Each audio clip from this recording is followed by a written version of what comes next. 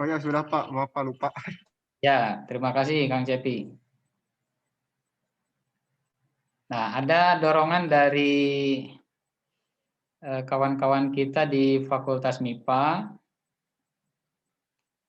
Jadi untuk memenuhi standar mutu Unisba, pihak Fakultas MIPA Unisba mendorong prodi untuk melakukan kegiatan-kegiatan yang sifatnya meningkatkan suasana akademik di tingkat prodi. Nah, untuk itu Fakultas MIPA pertama membuat surat ke prodi-prodi terkait dengan peningkatan kegiatan akademik.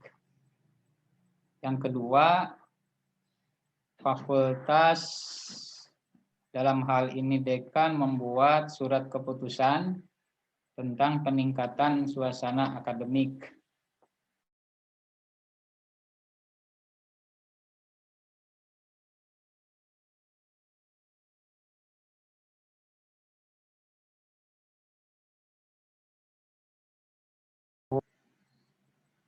Nah, ini surat dari fakultasnya terkait dengan peningkatan kegiatan akademik.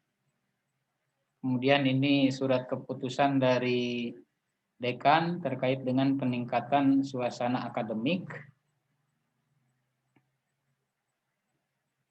Ini SOP terkait dengan pelaksanaan peningkatan suasana akademik. Cuma kopnya Bu Wakil Dekan 1 masih belum tepat begitu. Jadi kalau dilihat ini mah terkait dengan kuliah daring ininya, kopnya begitu. Sepertinya harus diganti. Ini SOP ada 3 halaman terkait dengan pelaksanaan peningkatan suasana akademik.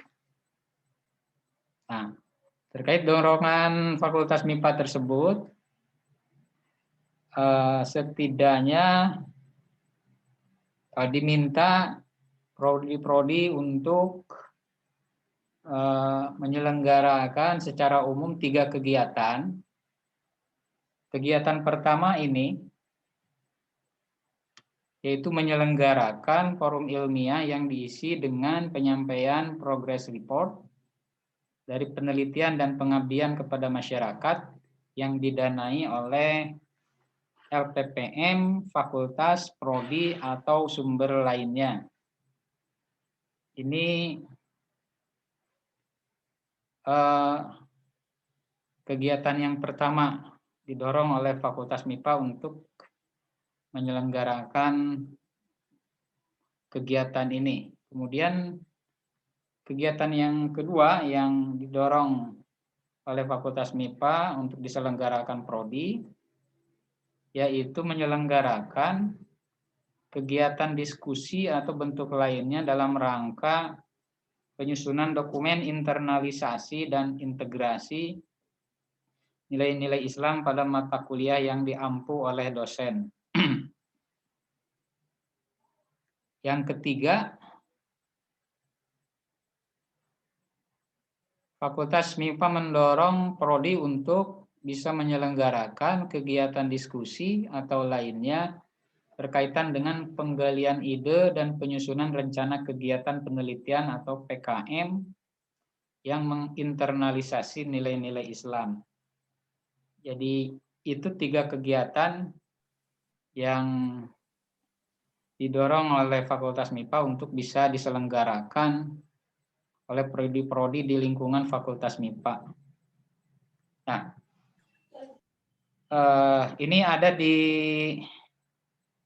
SK-nya kalau tidak salah, SK Dekan, bahwa salah satu kegiatan tadi itu dilakukan minimal 1 kali dalam setiap bulannya.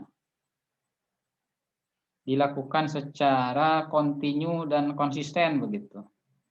Kalau tidak salah istilah di surat keputusan dekan tersebut.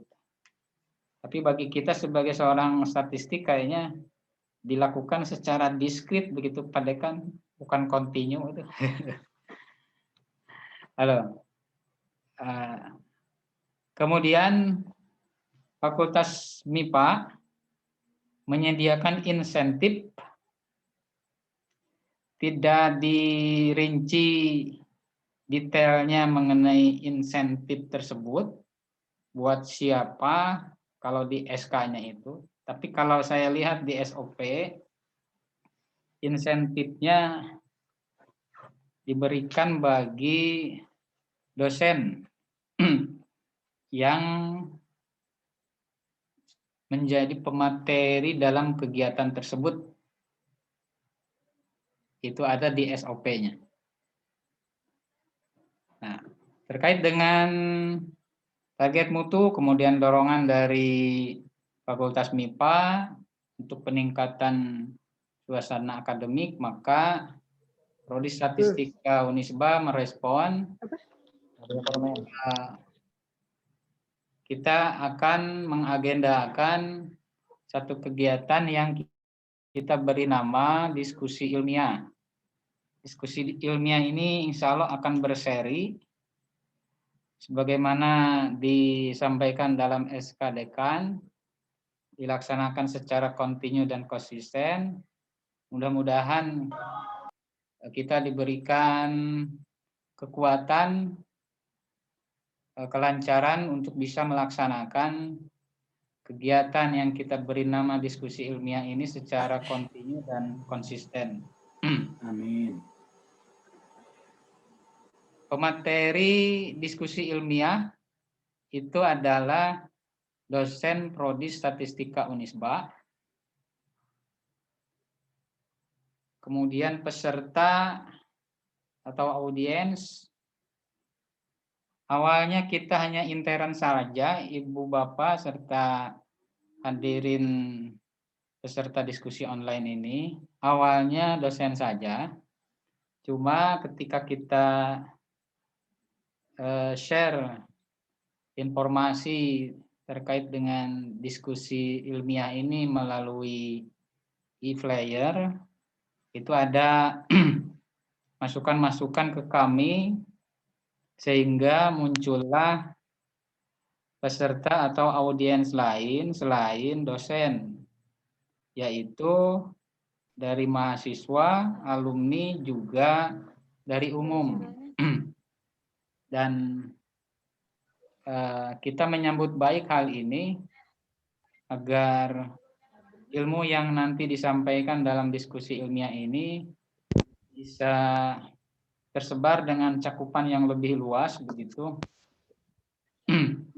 sehingga orang bisa tahu di belahan bumi manapun terkait dengan ilmu yang disampaikan dalam diskusi ilmiah kita.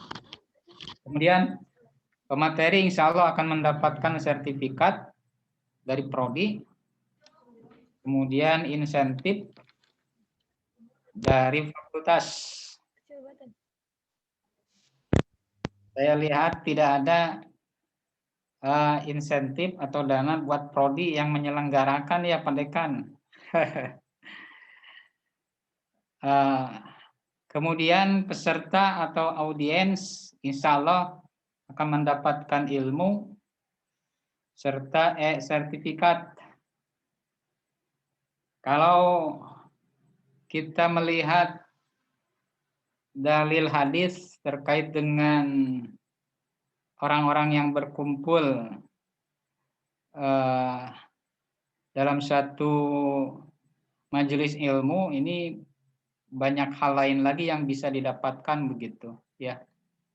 Di antaranya malaikat akan melebarkan sayapnya sebagai tanda bahwa mereka ridho kepada kita yang sedang menuntut ilmu. Kemudian Allah juga akan menyebut-nyebut kita di hadapan para malaikat karena kita lagi menuntut ilmu begitu. Nah, di acara diskusi ilmiah perdana kita kali ini, kita akan hadirkan dosen kita, Bapak Dr. Suwanda. Sebenarnya rencana awalnya ada 2 pemateri. Yang pertama Bapak Dr. Suwanda, yang kedua Bapak Profesor Dr. Sutawanir Darwis. Tapi di beberapa hari sebelum hari H ini, Bapak Profesor Dr. Sutawanir Darwis membatalkannya karena beliau ada kegiatan kuliah kalau tidak salah. Karena beliau di minggu pertama tidak bisa mengajar karena kondisi kesehatannya. Kita doakan mudah-mudahan Prof. Sutawanir diberikan kesehatan oleh Allah Subhanahu wa Ta'ala. Nah, di diskusi ilmiah perdana kita kali ini, kita akan hadirkan Bapak Dr. Suwanda. Judul dari materi yang akan disampaikan adalah Data Depth Influence Function of Vector Variance and its Implementation. Nanti kita akan beri kesempatan kepada Pak Dr. Suwanda untuk menyampaikan materinya sekitar paling lama 40 menit. Kemudian nanti sesudah itu ada sesi diskusi, tanya jawab. Silakan nanti peserta bisa menyampaikan pertanyaan-pertanyaan terkait dengan materi yang disampaikan oleh Bapak Dr. Suwanda. Tapi sebelum itu, saya lihat di peserta telah hadir dari pimpinan fakultas. Saya lihat tadi ada Pak Dekan, kemudian Wakil Dekan 1. Untuk itu ada baiknya kita minta juga pimpinan fakultas untuk bisa menyampaikan istilahnya 1 patah 2 patah kata terkait dengan kegiatan yang perlu diselenggarakan di pagi hari ini.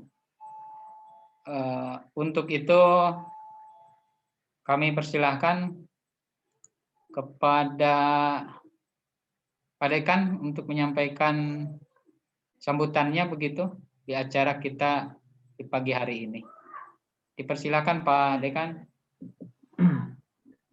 Oke, baiklah. Terima kasih Pak Aceng atas kesempatannya. Bismillahirrahmanirrahim. Assalamualaikum warahmatullahi wabarakatuh. Waalaikumsalam warahmatullahi wabarakatuh. Innal hamdalillah nahmaduhu wa nasta'inuhu wa nastaghfiruh wa na'udzu billahi min syururi anfusina wa min sayyiati a'malina. May yahdihillahu fala mudilla lahu wa may yudlil fala hadiyalah. Asyhadu an la ilaha illallah wa asyhadu anna Muhammadan abduhu wa rasuluh, amma ba'du. Alhamdulillah pagi ini kita bisa sama-sama menghadiri acara perdana diskusi ilmiah yang kita rencanakan sejak beberapa waktu yang lalu. Mudah-mudahan kegiatan ini mendapatkan sambutan baik dari penyelenggara, nanti para presenter, dan juga dari para audiensnya. Harapannya adalah ilmu yang kita miliki bisa didiseminasikan dengan lebih luas, dengan jangkauan yang lebih luas. Apalagi sekarang malah dengan musim pandemi, malah harapan untuk cakupannya lebih luas itu makin terbuka. Alhamdulillah.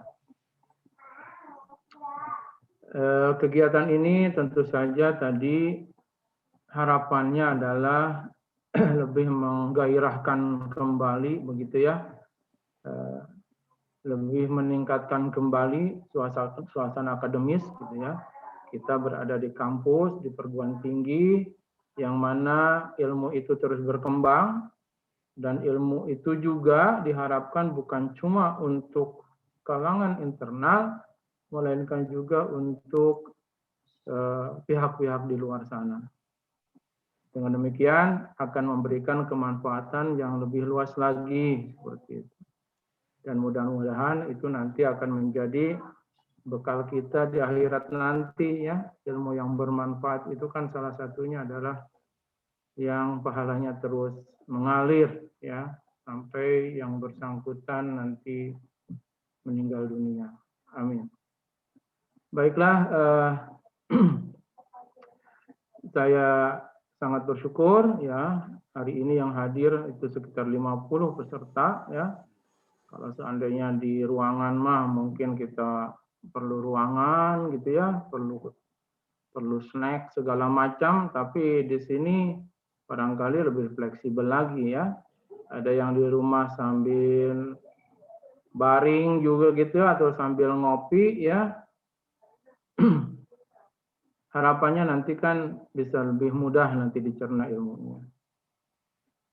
Saya ucapkan terima kasih kepada semuanya. Kita berharap kegiatan ini bisa berjalan dengan lancar dan terus berkesinambungan ya untuk masa-masa yang akan datang. Demikianlah, terima kasih kepada penyelenggara, kepada presenter, kepada audiens semua. Saya tutup, billahi taufik wal hidayah. Wassalamualaikum warahmatullahi wabarakatuh. Assalamualaikum warahmatullahi wabarakatuh. Terima kasih kepada Pak Dekan yang sudah menyampaikan sambutannya di acara diskusi ilmiah yang diselenggarakan oleh Prodi Statistika Unisba. Selanjutnya kesempatan akan diberikan kepada pembicara di pagi hari ini Bapak Dr. Suwanda, sekitar 40 menit bisa dimanfaatkan Pak Dr. Suwanda untuk bisa menyampaikan materinya. Sesudah itu nanti insya Allah akan ada sesi diskusi. Mohon maaf, tadi saya telepon Pak Suwanda. Iya. Ditelepon kalau tidak Pak Suwanda lupa gitu. Iya, karena saya tahunya tanggal 14. Oh iya Pak, aduh mohon maaf Pak. Iya. Dipersilakan Pak Suwanda. Baik, terima kasih Pak Aceh. Bismillahirrahmanirrahim. Alhamdulillahirabbil alamin. Wassalatu wassalamu ala asyrofil mursalin wa ala alihi washabihi ajmain. Asyhadu an la ilaha illallah wa asyhadu anna Muhammadan abduhu wa rasuluh. Amma ba'd. Alhamdulillah hari ini kita dapat berkumpul bersama walaupun via online, ya, via daring. Pertama-tama saya ucapkan terima kasih kepada Prodi dan jajarannya atas kepercayaan pada saya.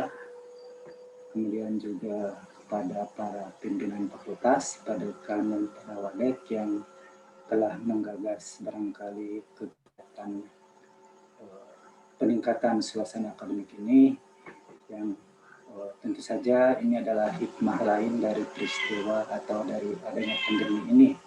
Jadi kalau dulu barangkali sangat susah, kalau dulu kegiatan suasana akademik lebih ke tatap muka di kelas dengan menggunakan melalui seminar intern atau seminar mengundang dosen-dosen ataupun guru besar dari luar, tapi itu tampaknya sangat sulit karena terbentur dengan jadi yang hadir biasanya sedikit gitu ya kalau dulu.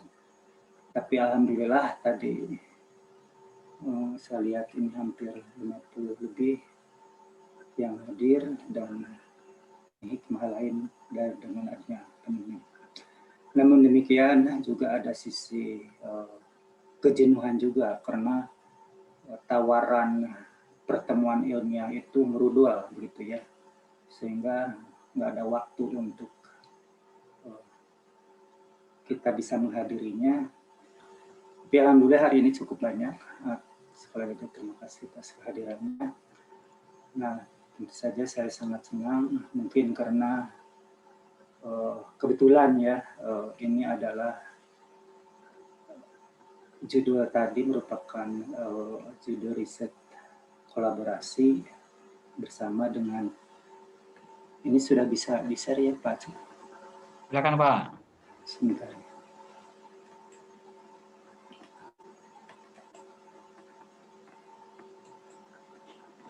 Jadi secara kebetulan ini timnya dari Unisba ini ya saya, Pak Dekan, Pak Kudus, dan Ketua Prodi. Jadi ini pimpinan puncak semua.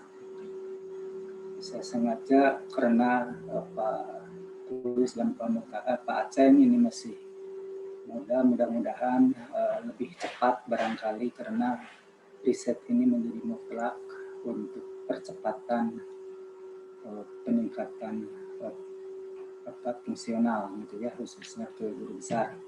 Sampai saat ini saya menjadi beban karena saya sendiri belum bisa memenuhi keinginan universitas maupun apalagi prodi gitu ya.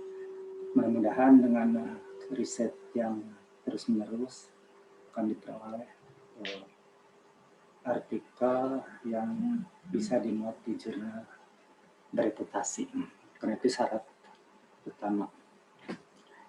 Jadi riset ini berkolaborasi dengan University Utara Malaysia, lebih fokusnya ke Departemen Statistik di School of Quantitative Science. Jadi fakultasnya itu di sana School of Fakultas Sains Kuantitatif, kira-kira hanya di sana di dalam bentuk sekolah. Yaitu dengan Profesor Dr. Samsuryati Sarip. Ini kolega sudah cukup lama ya. Kalau di Malaysia ini begitu terencana, terarah, terukur, sehingga setelah selesai PhD atau doktor itu tidak terlalu lama untuk menaiki ke jenjang fungsional kegurusahaan. Itu sebagai pengantar barangkali ya. Varian vektor ini merupakan ukuran yang Bapak peroleh, gitu saya peroleh atau saya ingin tahu dulu, barangkali saya lupa kepada para hadirin yang ikut, sebenarnya terima kasih. Apakah alumni, mahasiswa, dosen, dan barangkali dari umum atas kehadirannya. Jadi ini adalah ukuran dispersi multivariat yang merupakan hasil bimbingan dengan Prof. Maman Jauhari yang merupakan implementasi dari operator SQPR. Jadi ini SQPR ini statistikawan Prancis yang merupakan pembimbingnya Prof. Maman dan Prof. Wanir. Jadi saya dibimbing oleh Prof. Maman dan Prof. Wanir untuk mendiskusikan ukuran ini. Sebetulnya di setiap kuliah saya sampaikan bahwa secara geometrik varian vektor ini merupakan diagonal. Jadi kalau bivariat saja misalnya ya X1, X2 itu kan dipandang sebagai vektor, dia punya sudut antara vektor, kemudian melalui vektor itu bisa dibuat sebuah bidang bidang, apakah itu jajaran genjang atau segi empat gitu ya. Nah, ukuran dispersi multivariat sebelumnya yang terkenal adalah varian vektor. Generalized varian, yaitu yang digagas oleh Wills, yang merupakan determinan dari matrik kovarian. Nah, determinan itu secara geometrik adalah luas. Jadi kalau segi empat itu ada panjang, ada lebar, itu luas. Sehingga semakin luas, semakin menyebar kira-kira. Jadi kalau satu variabel itu varian gitu ya, semakin panjang vektor itu semakin menyebar, semakin pendek semakin tidak menyebar. Itu intinya ya, di mana generalized varian implementasinya sangat luas.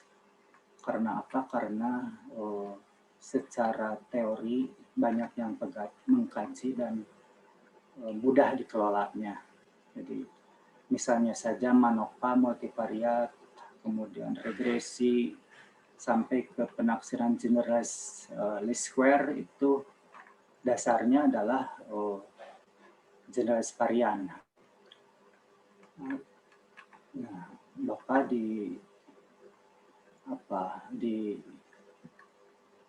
diarahkan oleh promotor saat itu untuk mempelajari ukuran lain yang mungkin bisa dijadikan alternatif, yaitu yang namanya varian vektor. Nah, varian vektor kalau tadi luas atau volume, kalau varian vektor secara geometrik itu adalah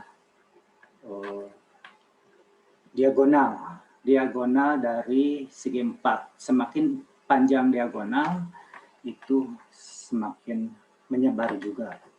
Dan secara matematisnya, perhitungannya trace dari sigma kuadrat.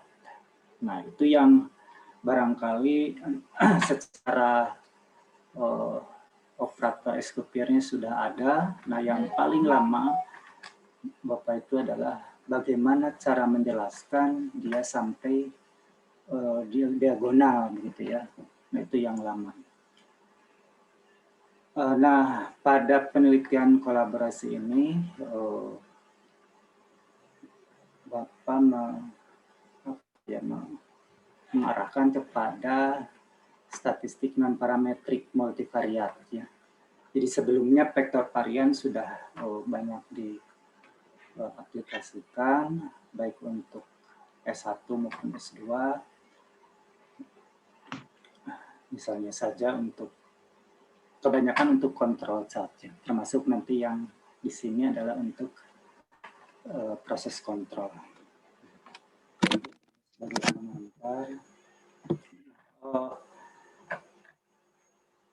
Apa itu data depth? Jadi data depth itu adalah kedalaman ya, sebetulnya yang digagas oleh Tukey tahun 75 yang ternyata sekarang banyak dikembangkan sehingga muncul depth yang lainnya. Jadi secara mudah ini depth itu adalah kalau univariat, kalau tidak salah Bapak juga pernah dulu mengajar di eksplorasi, jadi kedalaman dari atas maupun dari bawah. Jadi kedalaman itu bukan dari atas ke bawah, tetapi dari bawah. Nah, yang median itu adalah nilai yang paling dalam atau yang paling tengah-tengah. Ya, seperti itu. Kemudian dikembangkan untuk bivariat dan multivariat. Nah, untuk multivariat tentu saja digagas pertama kali oleh Tukey, yaitu depth of location. Kemudian gagasan Tukey diadopsi oleh beberapa statistikawan dengan menggunakan jarak Mahalanobis, maka muncul depth of Mahalanobis. Kemudian Barnett, Incomplete, Oja, kedalaman Oja, dan simplicial depth dari Liu. Nah, Liu ini barangkali yang paling paling banyak direfer karena ciri khasnya Liu itu dia memperkenalkan jarak depth geometrik. Jadi geometrik itu jadi dia membuat semacam ya geometrik berarti semua bidang yang mungkin dari data dan data yang termuat oleh semua bidang yang mungkin itu disebut simplicial depth. Nah, tentu saja secara manual ini susah, ini perlu dilakukan dengan komputer gitu. Dan saya sendiri itu mencoba gitu ya, bagaimana kalau karena vektor varian itu kalau kita cari fungsi pengaruhnya, tadi judulnya adalah fungsi pengaruh. Jadi fungsi pengaruh itu adalah sebuah fungsi yang kalau dimasukkan sebuah data, apakah datanya jadi gagasan outlier tadinya, bagaimana dia berubah. Nah, perubahannya itu jadi hampir mirip dengan Mahalanobis, hanya kalau Mahalanobis dibobot oleh impulse dari matriku varian, kalau varian vektor itu tidak gitu ya. Jadi ini penurunannya cukup memerlukan matematika ya untuk menentukan ke arah. Jadi nanti yang akan Bapak sorot hanya Mahalanobis dan varian vektor untuk depth-nya itu. Nah, ini adalah definisi kedalaman Mahalanobis. Ya. Kita lihat ini jarak Mahalanobis di antara pengamatan dengan rata-ratanya. Jadi 1/1 plus ini. Oleh itu semakin jadi kalau dia semakin dekat ke pusat berarti kan 0, berarti semakin besar ya. Jadi semakin ini nilai depth Mahalanobis ini antara 0 dan 1 atau depth apapun itu berkisar antara 0 dan 1. Jadi kalau jaraknya jauh berarti ini nanti tak berhingga 1 dibagi tak berhingga 0. Gitu. Nah, saya mencoba melihat kelemahan dari jarak Mahalanobis. Yang pertama, ini hanya bisa dihitung kalau secara teori ukuran sampel lebih besar dari banyaknya variabel. Kemudian kalau korelasinya sangat kuat atau terjadi multikolinialitas sangat kuat, maka itu akan tidak terdefinisi lah intensnya. Intinya kemudian S-nya ya harus definite positif. Jadi, karena ini bentuk kuadrat bisa saja negatif nilainya kalau definite negatif. Nah, jadi itu yang menjadi. Nah, ini adalah jarak data depth varian vektor yang diturunkan dari trace sigma kuadrat ya. Jadi kalau Mahalanobis ini diturunkan dari GP yaitu generis varian, determinan dari S. Kalau ini diturunkan dari trace S kuadrat, jadi S-nya dikuadratkan. Nah,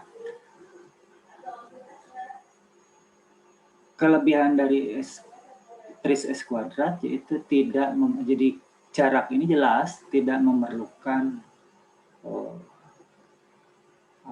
ukuran sampel yang cukup besar, malah lebih kecil dari I juga bisa. Kemudian tidak terpengaruh oleh korelasi, tapi definit positif tetapnya. Itu saya kira, nah ini diturunkan dari bentuk ini ya, terutama jarak varian vektor lah istilahnya. Kalau tadi jarak Mahalanobis itu diturunkan dari fungsi pengaruh tris sigma kuadrat. Nah, kenapa ini termasuk non parametrik? Karena distribusi dari MD ini tidak terpengaruh oleh distribusi dari X gitu ya. X-nya mau distribusinya apa saja, itu nilainya 0 dan 1. Dan secara teori fungsi distribusi itu semakin besar dia akan berdistribusi uniform gitu, itu kelebihannya. Nah ini beberapa literatur yang menggunakan data depth untuk implementasinya. Yang pertama deteksi outlier yang sangat penting saya kira, deteksi outlier untuk kondisi kekinian, karena outlier ini kalau lah dia musuh itu bisa berbahaya, khususnya untuk security system gitu ya. Kalau ada sesuatu file yang masuk, itu harus segera terdeteksi, dan dia ternyata akan merusak atau hacker lah begitu istilahnya, maka akan dideteksi secara dini. Kemudian mengontrol proses produksi, nah itu yang digunakan oleh Liu, kemudian Hajlau, dan nanti yang akan Bapak gunakan juga ini. Kemudian untuk analisis kemampuan proses, kemudian tes non parametrik untuk baik untuk one way maupun two way ya, untuk ANAPA. Cenori itu yang menggunakan perluasan dari uji Kurzweil-Wallis ya. Jadi idenya dari Kurzweil-Wallis, tetapi statistiknya adalah data depth. Kemudian untuk cluster analisis dan analisis klasifikasi. Jadi saya kira analisis ini dalam konteks big data itu menjadi penting sekarang ini. Itu, nah sekarang kembali ke statistik yang Bapak bangun ya. Ini ada dua pendekatan. Yang pertama adalah depth to depth. Jadi ini implementasi untuk pengendalian proses.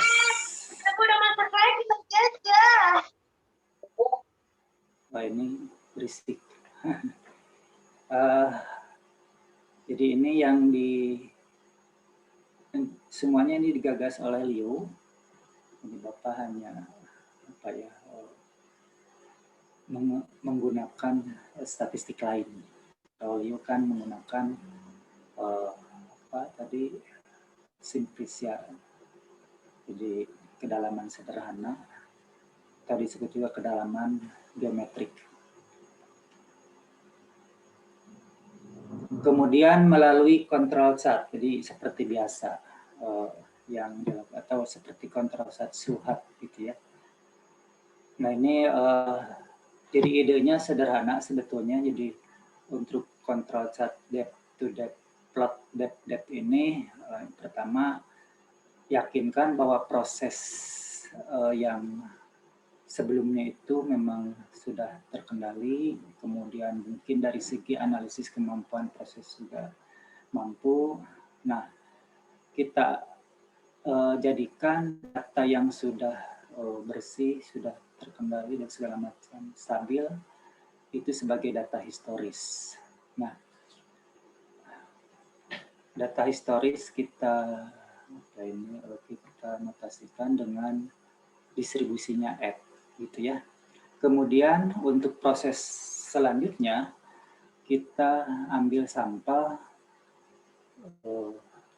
yang kita asumsikan berdistribusi G. Nah, harapannya ya G bersama dengan F, gitu saja. Kalau sama berarti terkendali, artinya data proses itu sejalan dengan data historis yang sudah cukup bagus, tadi sudah cukup terkendali. Jadi idenya digabung data historis dan data proses, kemudian dihitung data depth-nya berdasarkan depth distribusi historis. Lalu diplotkan. Jadi kalau melalui titik 0 dan 1,1 arah plotnya, maka F dan G itu identik. Kira-kira sepertinya untuk sebagai ilustrasinya, gitu ya. Ini pertama melalui simulasi, jadi F-nya itu berdistribusi normal dengan 4 variabel.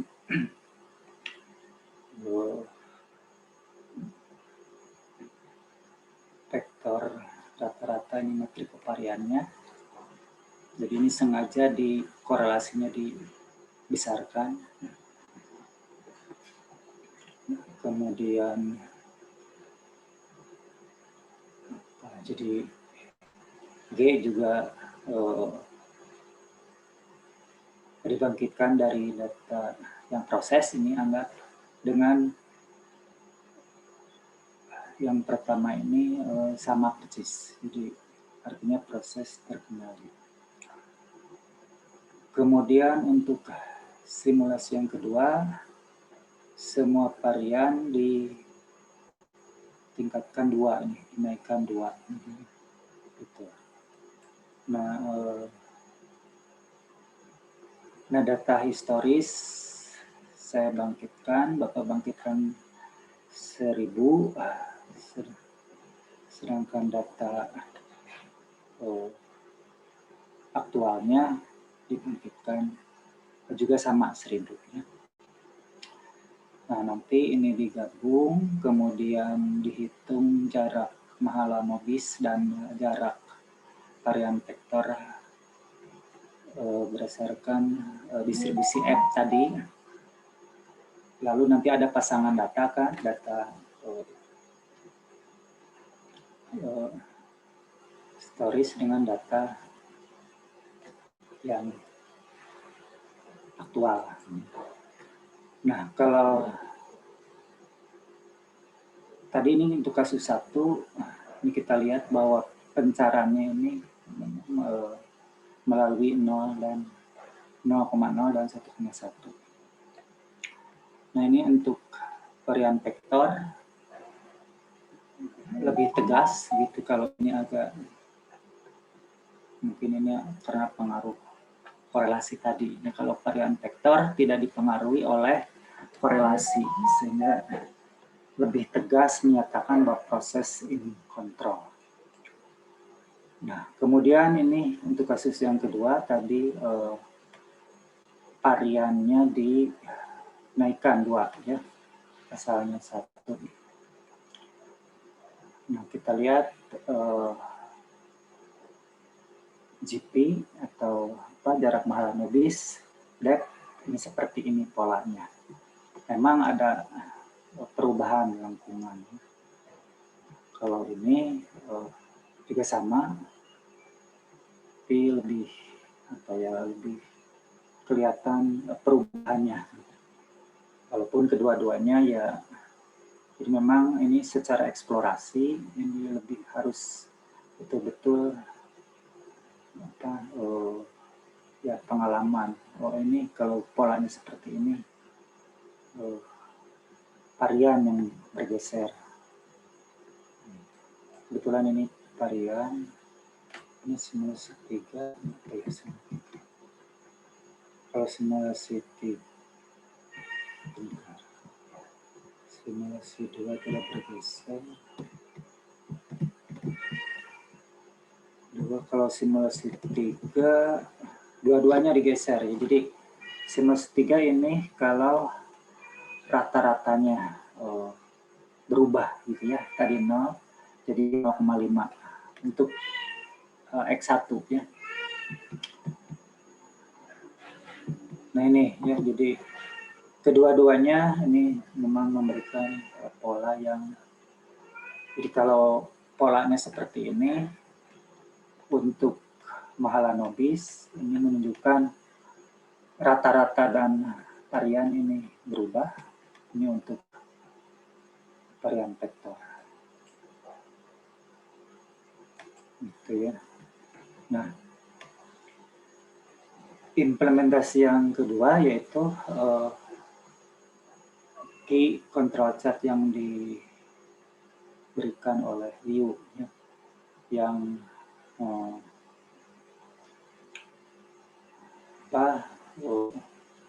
idenya dari Suhat. Jadi key control chart ini mirip dengan control chart rata-rata. Nah, sebagai statistik yang akan digunakan adalah, inilah prosedurnya, kita lihat saja. Di pertama ini adalah data historis, kita ambil sebagai acuan yang terkendali in control. Kemudian pada proses ini ambil sampel berukuran N selama periode. Jadi karena ini kontrol chart rata-rata, berarti setiap periodenya diambil sampel berukuran N. Biasanya N itu 3, 4, 5. Kemudian hitung data historis dengan formula yang tadi ya. Katakanlah ini. Kemudian hitung data proses dari data ini. Di bawah historis ya, jadi DGM X ini, jadi ini data aktual atau proses, ini data historis. Kemudian setelah itu hitung nilai R yang menunjukkan banyaknya kedalaman Y yang lebih kecil dari D. Jadi kalau nanti kita lihat, jadi dibagi banyaknya data stories. Nah, jadi statistiknya adalah Q rata-rata dari R gitu ya. Jadi ini seperti X bar biasa. Nah, hanya bedanya karena ini diagram kontrol non parametrik, jadi tidak ada batas-atas. Kenapa? Karena semakin besar tadi dicontohkan ya sebelumnya bahwa semakin besar kedalaman itu semakin memusat, artinya semakin terkendali. Semakin kecil itu semakin ada data yang jauh itu dari data historis yang sudah. Nah, ini dari mana 0,5 itu dari tadi ya sudah ada teorema nanti bahwa depth ini kalau M-nya cukup besar itu akan berdistribusi uniform, dan untuk rata-rata distribusinya seperti ini. Ini untuk data kecil ya. Kecil. Kalau nanti datanya besar, jadi kita gunakan dalam limit besar sampai ke Z lagi gitu. Jadi ini batas kontrol bawahnya. Kalau kecil dari alpha ini yang menentukan diagram kontrol 3 sigma atau 2 sigma ya. Kalau 3 sigma itu kan 0,073. Proses dikatakan out of control kalau Q-nya lebih kecil dari batas kontrol bawah.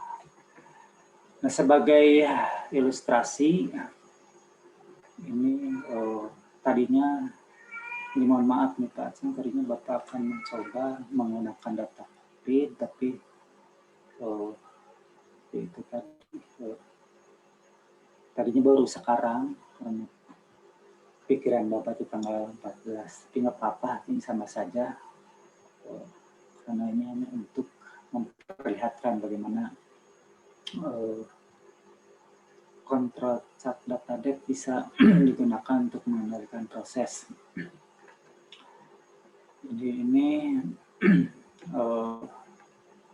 data sekunder yang bisa dibaca di download di Hachlow ya tahun 2010, di mana data ini kalau nggak salah data tentang apa ya, segel ya, kekuatan segel begitu. Jadi kekuatan di atas, di bawah, di kiri, di kanan. Variabelnya ada 4, data historisnya 40, kemudian data aktualnya ada 10 gitu.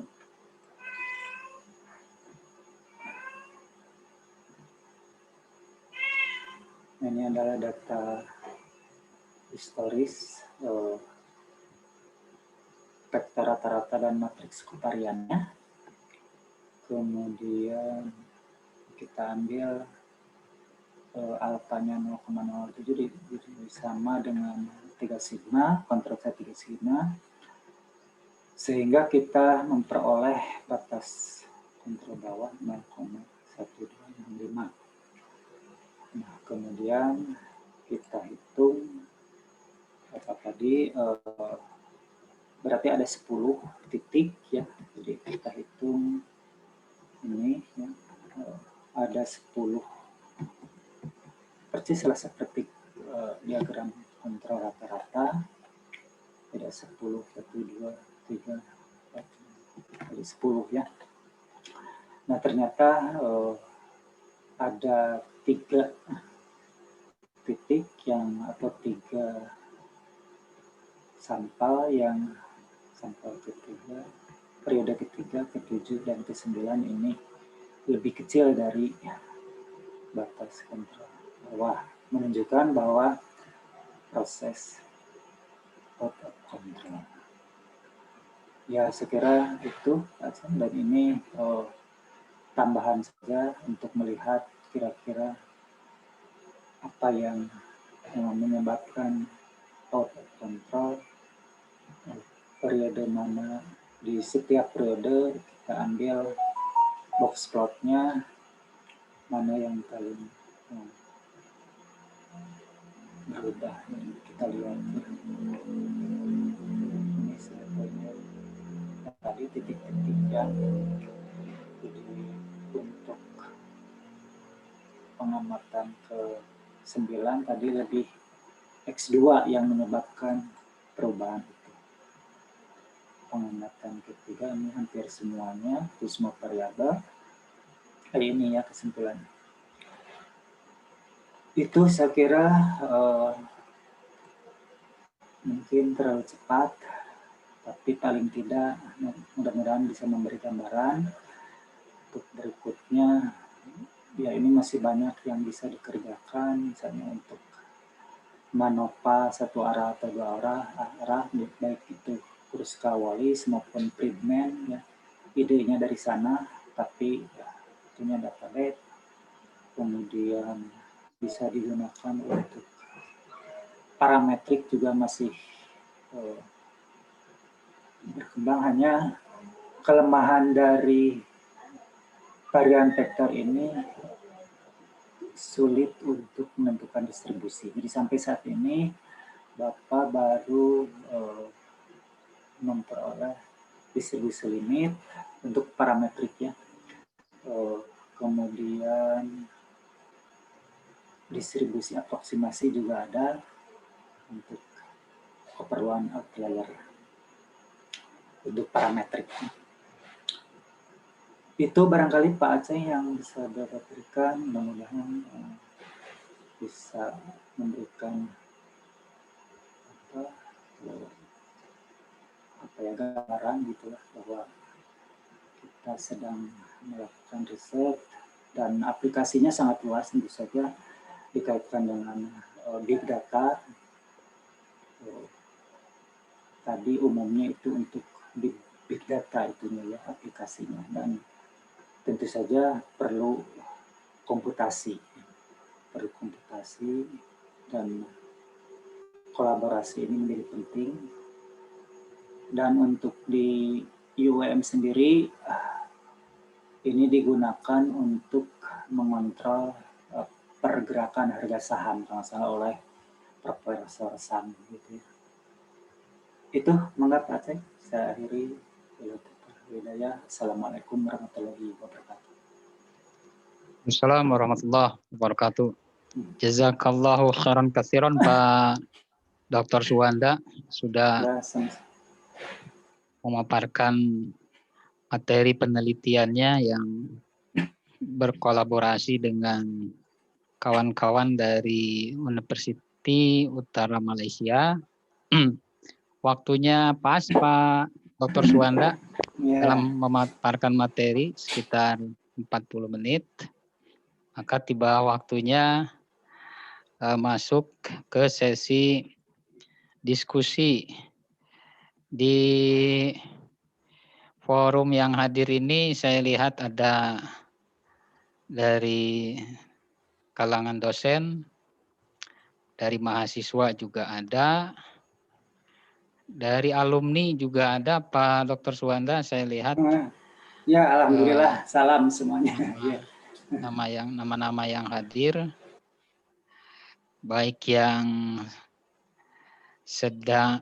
sudah bekerja ataupun yang lagi studi S2. Ini saya lihat ada alumni kita yang lagi studi S2 hadir di sini. Ya. Ara ada nggak Ara? Ada dulu, Pak hadir. Ya, hadir Pak. Nah, dulu Ara nih yang Mahalanobis Lab-nya ya. Iya Pak. Di skripsi S1 itu, S2 harus lebih berat. Kemudian untuk yang umum saya belum tahu ini. Kalau ada bisa ngasih tahu ke kami. Tapi kemarin ada keinginan dari kawan-kawan agar acara ini bisa dibuka untuk umum, begitu Pak Dr. Suwanda. Ya, baik, saya buka sesi pertanyaan. Jadi nanti Pak Kudus, Pak Aceh juga membantu nggak apa-apa, karena tim. Mangga dipersilakan kalau ada yang mau ditanyakan terkait dengan research-nya Pak Suwanda dan kawan-kawan. Silakan.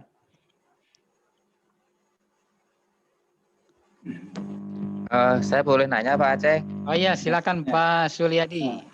Silakan Pak Sulyadi.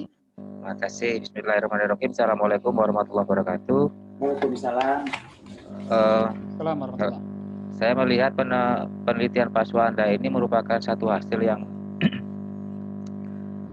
cukup baik sekali di bidang multivariat, satu terobosan barulah menurut saya. Ini sesuatu yang dari dulu saya mengapresiasi hasil karya Pak Suwanda ini, karena ini menurut saya levelnya bukan level nasional lah, ini sudah levelnya internasional. Hanya mungkin pengemasan untuk bisa go publiknya itu mungkin perlu ditingkatkan. Saya lihat dari dulu itu, ini penelitian Pak Suwanda itu adalah satu hasil yang menurut saya banyak sekali dipakai di luaran sana, karena beberapa karakteristik terutama tadi, yaitu tidak perlu sampel size-nya itu lebih besar daripada P, tetapi bisa jadi sampel size-nya kurang dari P. Di bidang industri tentu saja ini sangat penting, karena apa? Mungkin ketika N-nya itu besar, kalau sampelnya itu mahal, maka kita nggak bisa ngambil sampel banyak-banyak. Bagaimana kalau variabel yang diamatinya banyak? Kan mungkin itu bisa diatasi dari metode ini. Yang keduanya adalah apa tadi? Yang kelebihannya adalah dia tidak harus apa tadi Pak Suwanda yang kolineritas. Oh iya, multikoliner bisa mengatasi multikoliner, artinya walaupun variabelnya sangat berkorelasi ya tidak menjadi masalah karena tidak menggunakan matrik inverse. Walaupun definite positif memang biasalah, itu memang harus selalu definite positif, itu sudah biasa. Tapi dua hal itu menurut saya pencapaian yang sangat besar Pak Suwanda, yaitu mengatasi masalah N yang harus mengatasi N lebih besar dari P, dan yang kedua adalah multikoliner. Karena dua hal itu banyak terjadi kasus di mana-mana, kasus kalau di multivariat apalagi di industri kemungkinan besar adalah multikoliner itu kemungkinan besar terjadi. Dengan metode ini mungkin bisa diatasi. Ada satu hal yang menarik perhatian saya Pak Suwanda. Ya. Kalau kita bicara univariat, kita bicara mengenai terutama aplikasinya di dalam control chart ya. Di dalam univariat kita mengenal ada X bar chart dan S chart atau R chart. Katakanlah diagram kendali untuk rata-rata dan diagram kendali untuk variabilitas. Nah, tadi yang Pak Suwanda kasih contoh tadi itu untuk apa ya? Apakah dua-duanya dijadikan satu atau bagaimana Pak? Ya, baik, terima kasih Pak Sul. Jadi ya kebetulan ukuran yang kita gunakan kan itu diadopsi dari jarak Mahalanobis, dan jarak varian vektor itu kan fungsi dari X bar dan S ya, sehingga ini bisa dua-duanya. Makanya tadi saya memberikan ilustrasi kalau misalnya, nah ini kalau tidak ada perubahan baik vektor rata-rata maupun matrik kovarian. Nah ini kalau matrik kovarian yang berubah, dan ini dua-duanya ini hanya ya dua-duanya. Artinya kalau kita yakin misalnya dispersi itu stabil, maka ini bisa digunakan untuk mendeteksi pergeseran vektor rata-rata. Tetapi kalau tidak ada, kita ragu, sebetulnya ini bisa dua-duanya. Jadi bisa dibandingkan dengan kalau plot depth to depth ya. Tapi kalau yang tadi yang KeyChart itu sebetulnya dua-duanya juga bisa sama, karena jarak Mahalanobis maupun jarak varian vektor itu fungsi dari X bar dan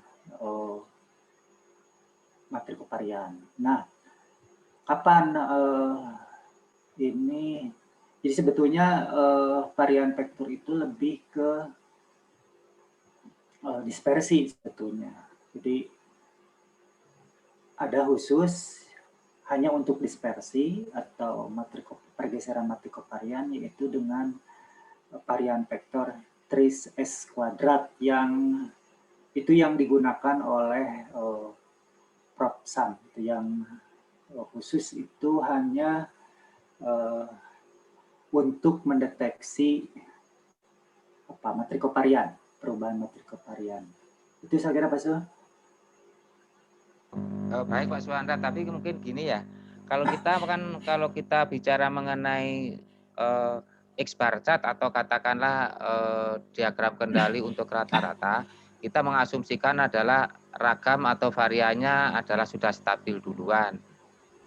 Jadi mungkin ini lebih kepada, kalau asumsi itu dipenuhi, artinya ini diagram kendali ini untuk mendeteksi pergeseran rata-rata mungkin Pak ya? Kedua-duanya sebetulnya ini, karena ya karena kan nah ini ya, jadi pada saat Jadi kalau ini nanti depth-nya mungkin akan lain ya. Jadi pada saat rata-rata berubah, maka ini ya akan berubah nih. Gitu ya. Jadi, pada saat S berubah, ini yang akan berubah. Jadi sebetulnya kalau kita merujuk ke Tahoe-Teling gitu ya, Tahoe-Teling kan umumnya itu untuk pergeseran rata-rata dengan asumsi sigmanya stabil gitu. Makanya dibandingkannya antara X bar dengan mu atau X bar gitu ya. Itu Tahoe-Teling. Tapi kalau ini kan dasarnya seperti Tahoe-Teling ini, statistik Tahoe-Teling. Kalau hanya untuk matri kovarian, maka ada kan diagram kontrol GP ya, yaitu berdasarkan statistik determinan dari. Nah, kalau untuk PP, untuk khusus untuk dispersi itu hanya yaitu trace S kuadrat itu, dan itu sudah saya buat gitu ya, dan kelihatannya untuk ini bisa kedua-duanya karena tidak spesifik ini siapa yang bergeser. Seperti dari contoh tadi kan ternyata pola pergeseran itu ini. Nah ini kan kalau varian saja. Nah ini kalau varian dan rata-rata ternyata bisa untuk mendeteksi kedua-duanya. Jadi kalau khusus dispersi ada lagi, yaitu diagram kontrol trace S kuadrat yang kira itu mungkin kurang lebihnya gitu. Mudah-mudahan bisa terpuaskan.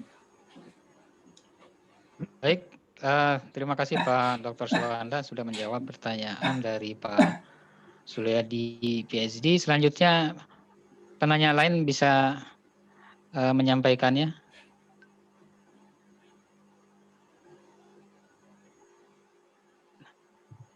Kabar dari panitia ada yang hadir dari mahasiswa, dosen, umum juga ada. Mangga.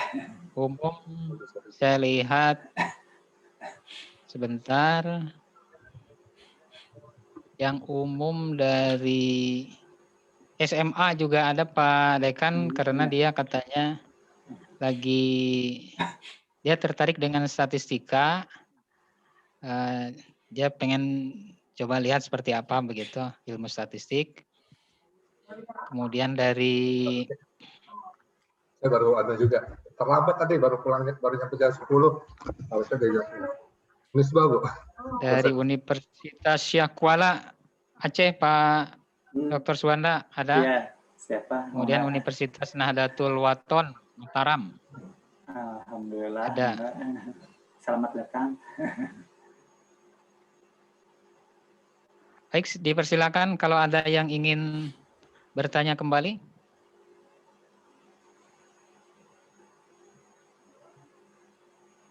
Tidak ada? Yeah. Oh, sebentar. Ada pertanyaan di kolom chat Pak Dr. Suwanda. Profesor Bu. Ini saya bacakan Pak Dr. Suwanda pertanyaannya ya. Ya, mangga. Secara implementasi, teori ini bisa digunakan untuk apa Pak? Mohon penjelasannya secara aplikatif. Begitu pertanyaannya Pak. Ya, tadi sudah dijelaskan ya. Baik, terima kasih Pak. Tadi kan utamanya ini yang banyak mengkaji data depth ini adalah untuk deteksi outlier, artinya mungkin untuk teknologi informasi itu untuk data intrusi, data yang menyimpang. Nah biasanya itu untuk security gitulah, security dari sistem.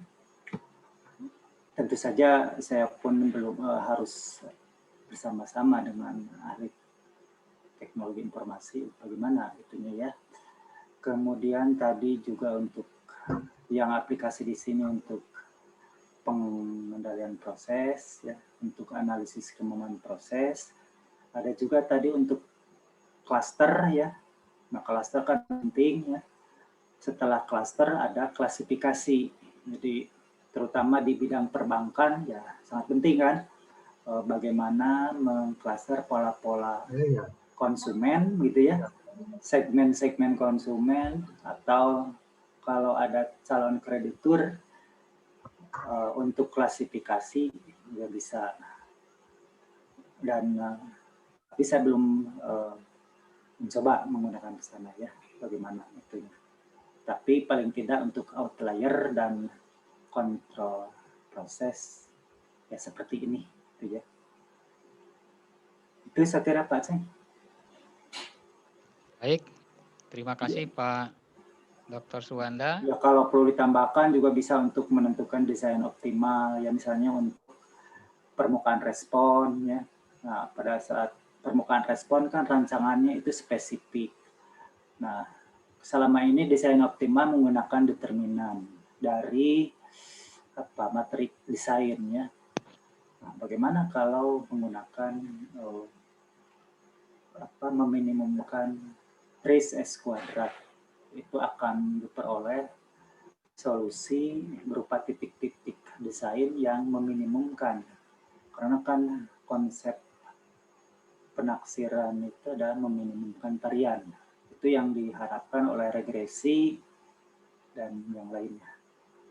Itu sekira tambahannya. Baik, terima kasih Pak Dekan. Ada pertanyaan, materinya bisa di-share nanti katanya Pak Dr. Suwanda? Mangga silakan. Nanti saya kirim ke Pak Aceh. Kalau bisa ini Bu. Iya Pak. Nanti. Dari teori-teori statistik nih, saya coba cari jembatannya nanti ke materi-materi implementasinya. Pasti di ujung-ujung IT juga Bu. Iya, makanya saya bilang. Oke, ada penanya lain? Cuma ya gitu Bu, mereka mungkin hanya untuk aplikasi. Nah, tadinya riset ini ya di dalam schedule itu harusnya ada kunjungan industri, ya, baik ke IT, ke industri-industri yang sudah go internasional untuk ya mempresentasikan hasil penelitian ini bagaimana kira-kira bisa implementasikan di industrinya, karena COVID ini, sehingga mungkin suatu saat Pak Aceng bisa mengundang para industriawan untuk ya kita diskusi bareng untuk ya kita sudah punya misalnya dosen-dosen meneliti dan kita presentasikan di hadapan kalau mau gitu ya mereka. Itu saya kira usulan. Baik, terima kasih Pak Dr. Suwanda sudah menjawab juga memberikan usulan. Kalau ada pertanyaan lagi, satu pertanyaan terakhir bisa disampaikan. Itu di kolom chat ada, Pak. Oh, sudah Bu, sudah dibacakan tadi. Pertanyaan di kolom chat sudah saya bacakan, juga sudah dijawab. Baik, ada lagi pertanyaan barang satu pertanyaan. Baik. Kalau tidak ada yang mau disampaikan lagi Pak Dr. Suwanda terkait dengan penelitian yang dipaparkan tadi? Iya, jadi sekali lagi kita di tataran akademik itu memang problem utamanya adalah implementasi, gitu ya. Sehingga baik untuk kita sebagai dosen riset maupun untuk mahasiswa kadang-kadang menjadi masalah di dalam data. Karena itu memang harus harus ditingkatkan lagi barangkali. Mungkin kalau saya lihat tadi program dekan bagaimana untuk kerjasama dengan lembaga-lembaga itu perlu barangkali betul-betul diimplementasikan supaya kita tidak menjadi menara gading lah intinya. Walaupun Bapak sudah mencoba dulu ikut, memang terjadi kesenjangan ya. Jadi antara teori dengan praktek itu kadang-kadang barangkali user atau praktisi mungkin masih tataran sementara ini kita teorinya sudah, nah itu barangkali yang perlu kita lakukan. Tapi untuk barangkali bagaimana memberikan pemahaman pada industri itu yang paling kita harus segera implementasikan supaya industri baik ya industri jasa maupun pemerintah itu ya maulah begitu intinya, walaupun secara untuk mahasiswa S1 kuliah praktek itu sudah dimulai, itu cukup bagus sebetulnya. Hanya dari sisi industri itu yang paling kita tertinggal lah intinya, bagaimana industri bisa melirik lah intinya kita. Selama ini kan mahasiswa praktek di lembaga-lembaga pemerintah, kalaupun ada swasta itu pun tidak begitu banyak lah kelihatannya. Itu saja mungkin tambahannya Pak. Baik, terima kasih Pak Dr. Suwanda sudah memaparkan materi research-nya, kemudian menjawab pertanyaan-pertanyaan dari penanya yang hadir di pagi sampai dengan siang hari ini. Mudah-mudahan acara ini bermanfaat bagi kita semua. Insya Allah kita akan adakan kembali acara diskusi ilmiah seri kedua. Insya Allah nanti kita akan sampaikan di media sosial. Mudah-mudahan bisa hadir juga baik dari dosen, mahasiswa, alumni juga dari umum. Saya lihat kategori-kategori peserta ini alhamdulillah hadir semua. Penanya terakhir tadi itu dosen yang bergerak di bidang IT Pak Dr. Suwanda, yang penanya tadi itu. Oh iya, terima kasih. Itu alumni kita Pak Dr. Suwanda yang bertanya tadi. Siapa? Yang ngajar, Dedi Apriyadi. Oh, Dedi Apriyadi. Oh iya. Angkatan 1999. Oh iya, yang itu ya. Iya. Nah, syukurlah. Jadi mungkin suatu saat bisa berkolaborasi juga. Insya Allah Pak, Insya Allah. Iya. Ini Dedi ini. Sudah luas ini ilmunya, dilihat dari kepalanya juga begitu. Bisa aja. Sudah guru besar. Ketawa-tawa betul. Follower Pasul. Jadi angkatan berapa deh? 99 saya Pak. Oh, angkatan Kang Anjar. Oh, Kang Anjar. Iya. Angkatan Kang Anjar betul. Iya. Mudah-mudahan bisa hadir kembali Bapak Dedi Apriyadi di diskusi ilmiah lainnya. Insya Allah Pak, memang lagi nyari materi-materi statistik Pak. Iya siap Pak. So, kalau ada request biar nanti kita persiapkan. Kira Pak Dekan? Artinya mungkin juga kita bisa sebaliknya Pak. Ya. Menyurvei gitu keinginan dari audiens seperti apa. Oh gitu ya. Iya. Bisa. Kita coba tampung dulu, siapa tahu kita bisa, ya kita laksanakan Pak Dekan. Iya, betul. Baik, sekali lagi terima kasih. Jazakumullahu khairan katsiran sudah bisa berkontribusi dalam acara diskusi ilmiah seri 1. Mudah-mudahan Allah Subhanahu wa taala membalas amal baik kita dengan balasan yang lebih baik. Untuk e-sertifikat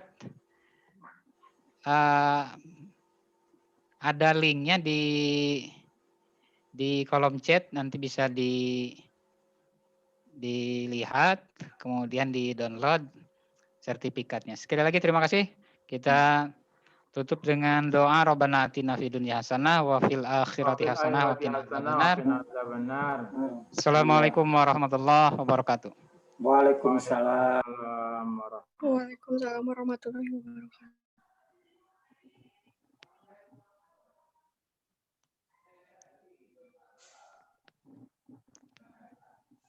Pak Aceng, kita jadi ngobrol dulu enggak? Di sini, Bu. Ya. Nanti iya, aja boleh. yang tinggal teman-teman aja. Yang prodi statistika aja. Oh, gitu. Atau di ini dulu di end dulu sama panitia, kemudian yang mau rapat nanti login kembali. Oh gitu. Atau di end dulu, Pak. Ya, sok. Boleh, boleh, boleh.